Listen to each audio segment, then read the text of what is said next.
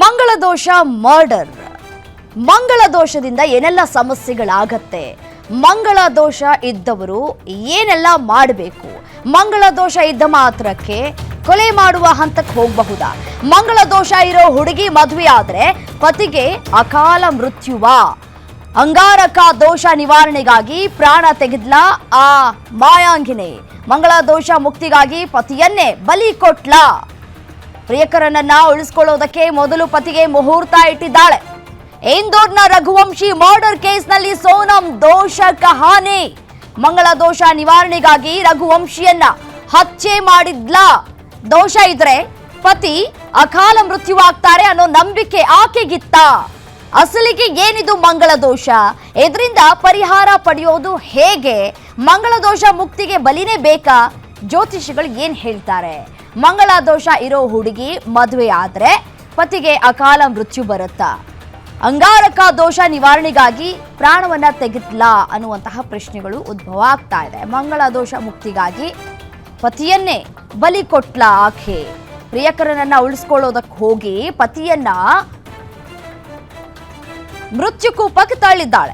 ಮಂಗಳ ದೋಷ ನಿವಾರಣೆಗಾಗಿ ರಘುವಂಶಿಯನ್ನ ಹತ್ಯೆ ಮಾಡಿದ್ಲ.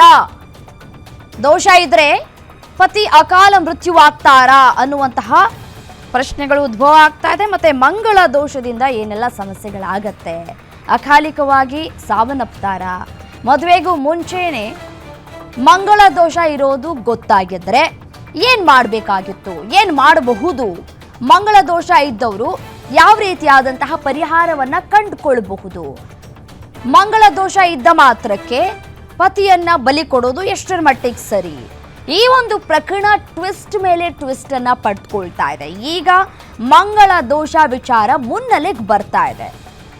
ರಘುವಂಶಿಯನ್ನ ಹತ್ಯೆ ಮಾಡಿದ್ದು ಇದೇ ಕಾರಣದಿಂದಾಗಿ ಅನ್ನುವಂತಹ ಮಾತುಗಳು ಕೂಡ ಕೇಳಿ ಬರ್ತಾ ಇದೆ. ನೋಡಿ, ದೃಶ್ಯದಲ್ಲಿ ಗಮನಿಸ್ತಾ ಇದ್ದೀರಲ್ಲ, ಈ ಜೋಡಿ ಈಕೆಯೇ ಪತಿಯನ್ನ ಹತ್ಯೆ ಮಾಡಿರುವುದು, ಪ್ರಿಯಕರನ ಜೊತೆ ಸೇರಿ ಹತ್ಯೆ ಮಾಡಿರುವಂಥದ್ದು. ಮದುವೆ ಆಗಿ ಕೇವಲ 3 ದಿನಗಳ ಅಂತರದಲ್ಲಿ ಈ ಮರ್ಡರ್ ಆಗಿದೆ.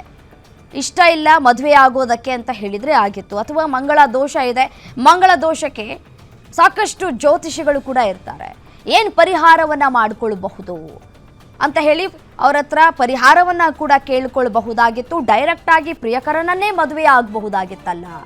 ಆಕೆಗೆ ಮಂಗಳ ದೋಷ ಇದ್ದ ಮಾತ್ರಕ್ಕೆ ಇನ್ನೊಬ್ಬರನ್ನ ಬಲಿ ಕೊಡೋದು ಎಷ್ಟರ ಮಟ್ಟಿಗೆ ಸರಿ?